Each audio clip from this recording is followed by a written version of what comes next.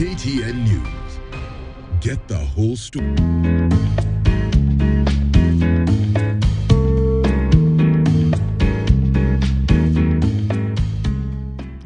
Hii wanyama unawaona wote wamemalizwa na kiangazi. Karibu miaka 5 hatujapata mvua. Hatujapata mvua sababu ya njaa tu wanakufa hii wanyama hii. Sasa vile ardhi yetu hii hatuna shamba lolote, shamba ile tuko naye ni wanyama. Haswa sisi kama jamii ya wafugaji mwaka 5 iliyopita hatujapata mvua.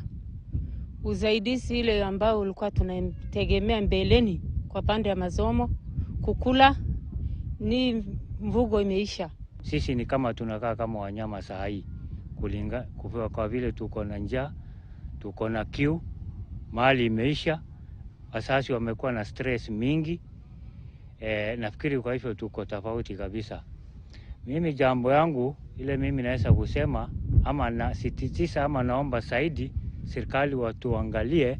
Parts of Kenya, especially the arid and semi-arid regions, are facing a long dry season, and some of its effects continue to cause destruction to economic investments for many families. Most of the affected areas are occupied by livestock as their main source of livelihood, and now they have been left to migrate to remote areas in search of grass and water. Pastoralists in the areas have lost millions of livestock due to the drought. Our journey to the affected areas highlights the magnitude of the famine as we drive into the harshest villages, and what we witnessed is a sad scenario. These are tales of famine.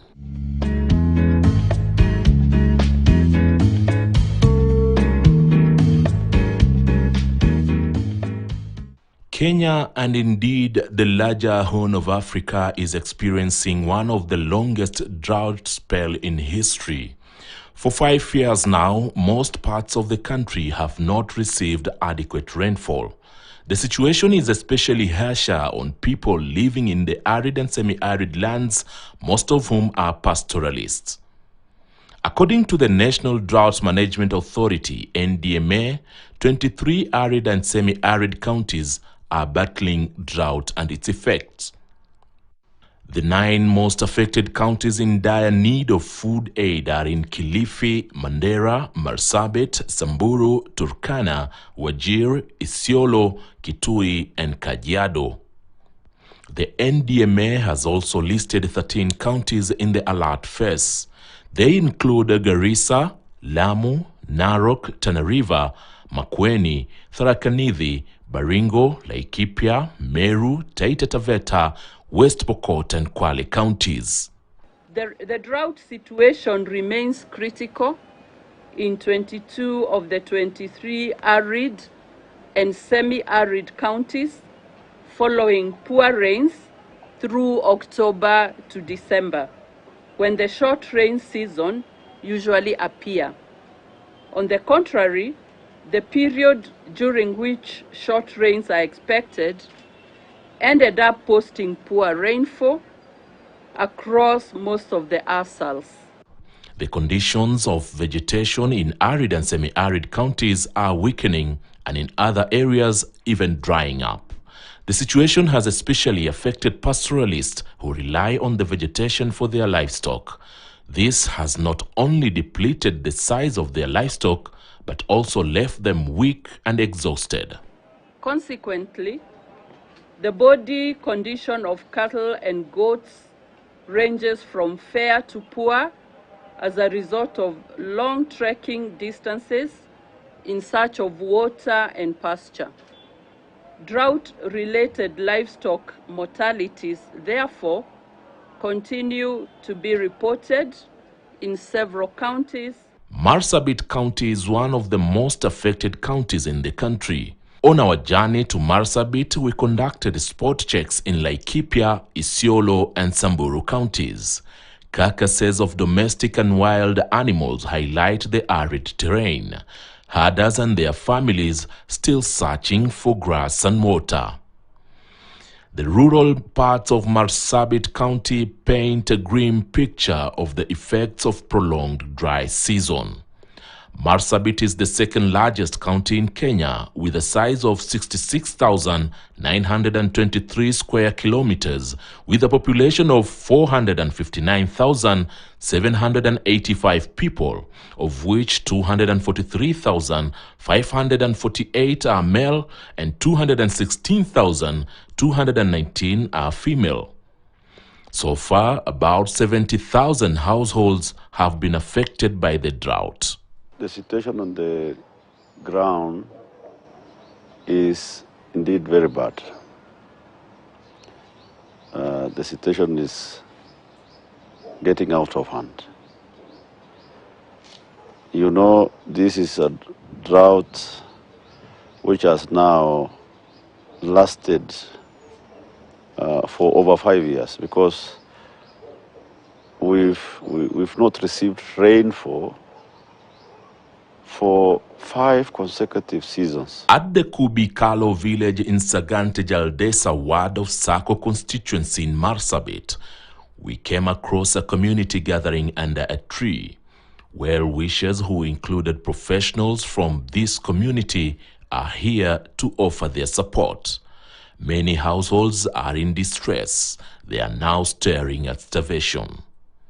They are surviving on tubers, and they have also lost livestock.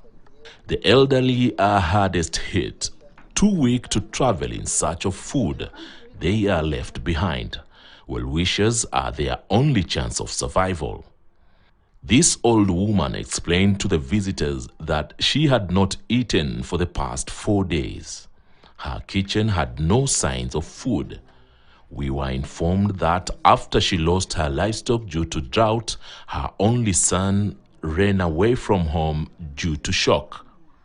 Our host explains the losses are taking a mental toll on everyone. Many people are experiencing the peak of drought the last 6 months, but some of our counties like Marsabit and others, generally northern Kenya, for the last 5 years, this has been the situation. At the moment, water is a real crisis. There's a lot of overuse on the boreholes, 24 hours, too many breakdowns, too costly. Water levels have gone down. Some of them have actually, the yield has seriously dropped.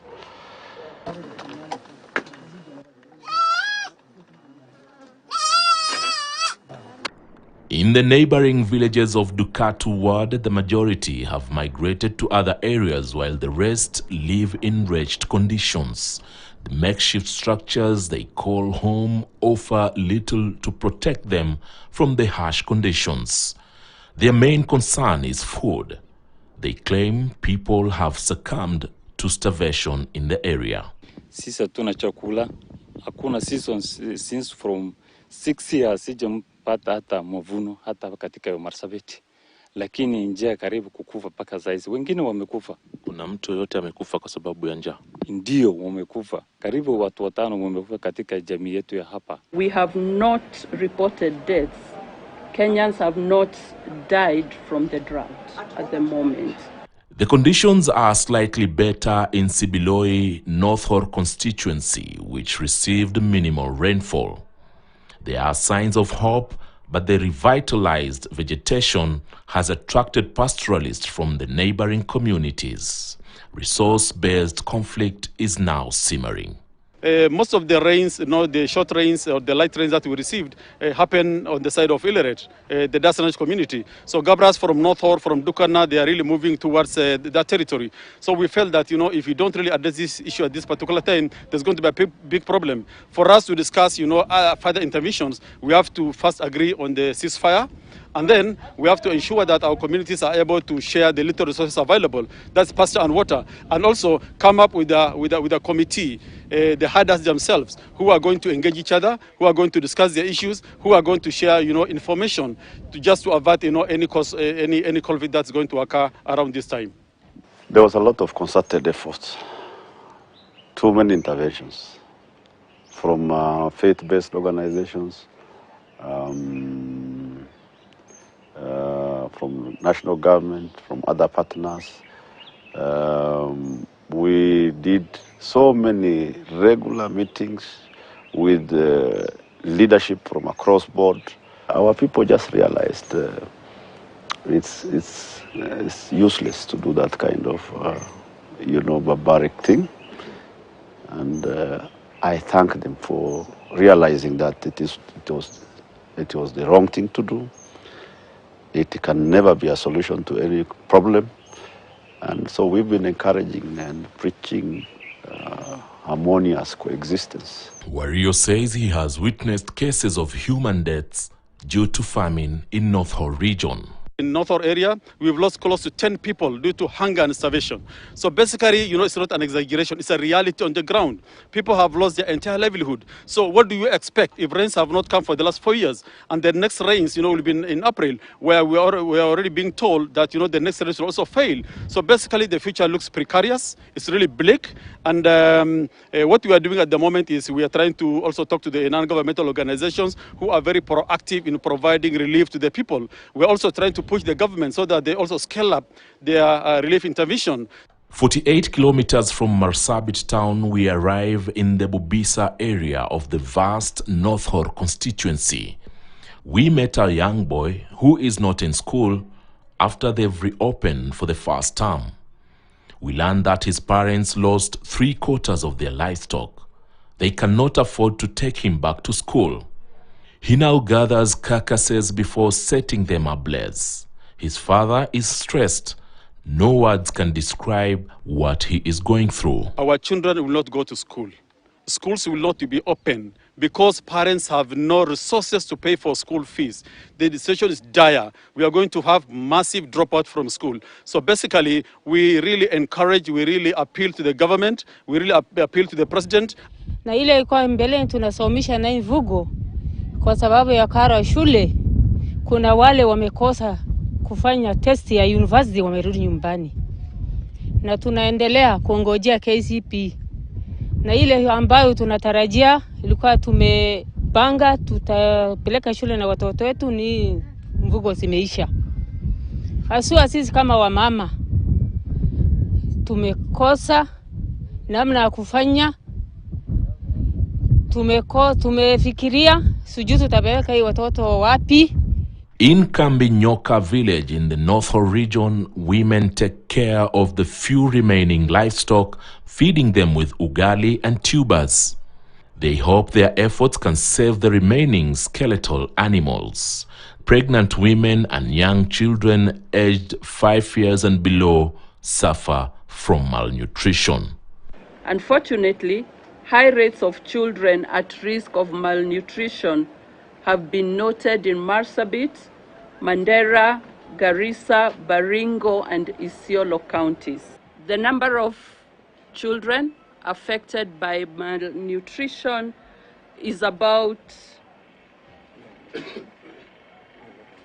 960,000. Those are the ones that interventions are in place. In the neighboring Demo village, families are faced with the same challenges. Here, they are forced to feed the emaciated animals. It is a job left to mothers and young girls in most villages, while young men travel far and wide in search of pasture and water for their slight healthier animals. The county government has shifted its priorities and halted some projects. Saving life is now their only goal. The commercial uptake where the Kenya Meat Commission buy the livestock from the farmers, and it is processed, repackaged, and given back to the community, mostly schools, in the form of corned beef. So the government has done a lot of intervention on livestock uptake. I have directed, and as a county, the interventions going forward will be geared towards saving lives, and we will be procuring food items and will be delivering water to homesteads, and therefore it will mean we have to shelve some of the development projects that we had planned. Since 1960 to now, Kenya alone has faced almost 20 droughts. And if you look at the numbers and the time when the drought happened, almost over 45% happened after 2000. Basically, which means that out of 20, 10 drought happened after 2000, which means we are not going back to the old day. The pattern is almost changing. It's looking even more difficult in the future. And that's why I think because of lack of recovery between drought, household, feel pressure, there's no proper, support and, safety net for households. So it's fairly, you can say it's one of the most devastating drought, since we faced in 1984. Guyo Malachi is a policy expert at the International Livestock Research Institute, ILRI, here in Nairobi. He says there's need to flip the coin and change the ASAL regions from livestock dependency, especially during drought season. Marsabit and other arid and semi-arid counties, areas, have little potential for alternative. And this is the reality of the climatic dictates. It's not actually, it's an ecological issue rather than a production issue. So there's no much alternative that we can say today, just flip the coin and people start producing on the other side. It's not like that. I think the most important question is, how do we, in the evolving reality of drought, how do we evolve our support to a system through efficient market offtake systems, which we don't have right now? Number two, how do we match our action with early warning? Early warning over the last 10 years have actually evolved quite positively. It's very predictable that a disaster is coming, a drought is emerging. It takes 6 months between the normal part of the drought to an emergency. But what we do between that 6 months is actually a question, very important question now we need to understand. With the long dry season also being affected by the effects of climate change, there's need for government institutions to refocus and change some of the policies in tackling the drought. We have the policy, we have the thinking, but we have a critical issue there. The critical issue is actually we have gap. One of the gap is the financing gap. We have this nice thinking around policy and what to do, but I think we are not matching our policy, aspirations with funding, and that has to be fixed. County and national government has almost shared responsibility, but I think county being an asset structure, they're a bit tepid in their approach, and they don't have the necessary legal and policy framework that is supposed to complement. And county is closest to people affected by drought. The third, I think, is the capacity issue. But at the institution that is operationalizing the policy, they have a capacity, whether it's human resource, whether it's financial, they have a different level of capacity issue. Kenya is among the countries in the Horn of Africa that makes good use of early warnings provided by the NDMA. This information helps in dealing with issues such as famine, and organizations can mitigate their challenges. Early warning over the last 10 years have actually evolved quite positively. It's very predictable that a disaster is coming, a drought is emerging. It takes 6 months between the normal part of the drought to an emergency. But what we do between that 6 months is actually a question, very important question now we need to understand. So the short of it is that we don't have good alternative. The NDMA and the county steering group, it meets regularly, of course chaired by the governor, co-chaired by the county commissioner. We use that information. It's one of the most active and effective steering groups in the country. You can see from the record for yourself. We use that information. As famine continues to affect humans, different efforts are ongoing to ease the situation, especially from the communities, professionals, non-governmental organizations, county governments, and the national government. The move now shifts from not only saving livestock, but also saving the lives of Kenyans who are facing hunger in the affected areas. What you are seeing behind me is that communities are being provided for with some food stuff so that they can be able to, tend to their families without having to overexploit natural resources. We are also doing water tracking because water is one other scarce commodity during prolonged drought. Then we have mid-term measures and also long-term measures, and these are basically, providing boreholes, digging water pans. Although that is the situation in Marsabit, I want to say it's not any better in the rest of the FCDC counties. So my plea to partners, to national government, is to step up their interventions. We are grateful for what they have done so far. We appreciate. But the situation is really getting out of hand. Behind me is Dadachi Kambi area of Jaldesa Saganta ward here in Marsabit County, whereby already effects of climate change have hit these villages. They've already lost a lot of livestock. And what is worrying them right now is that in the next few weeks, they could bury even their loved one due to the effects of climate change that are leading to famine in this area. Ali Manzu, KTN News, Marsabit.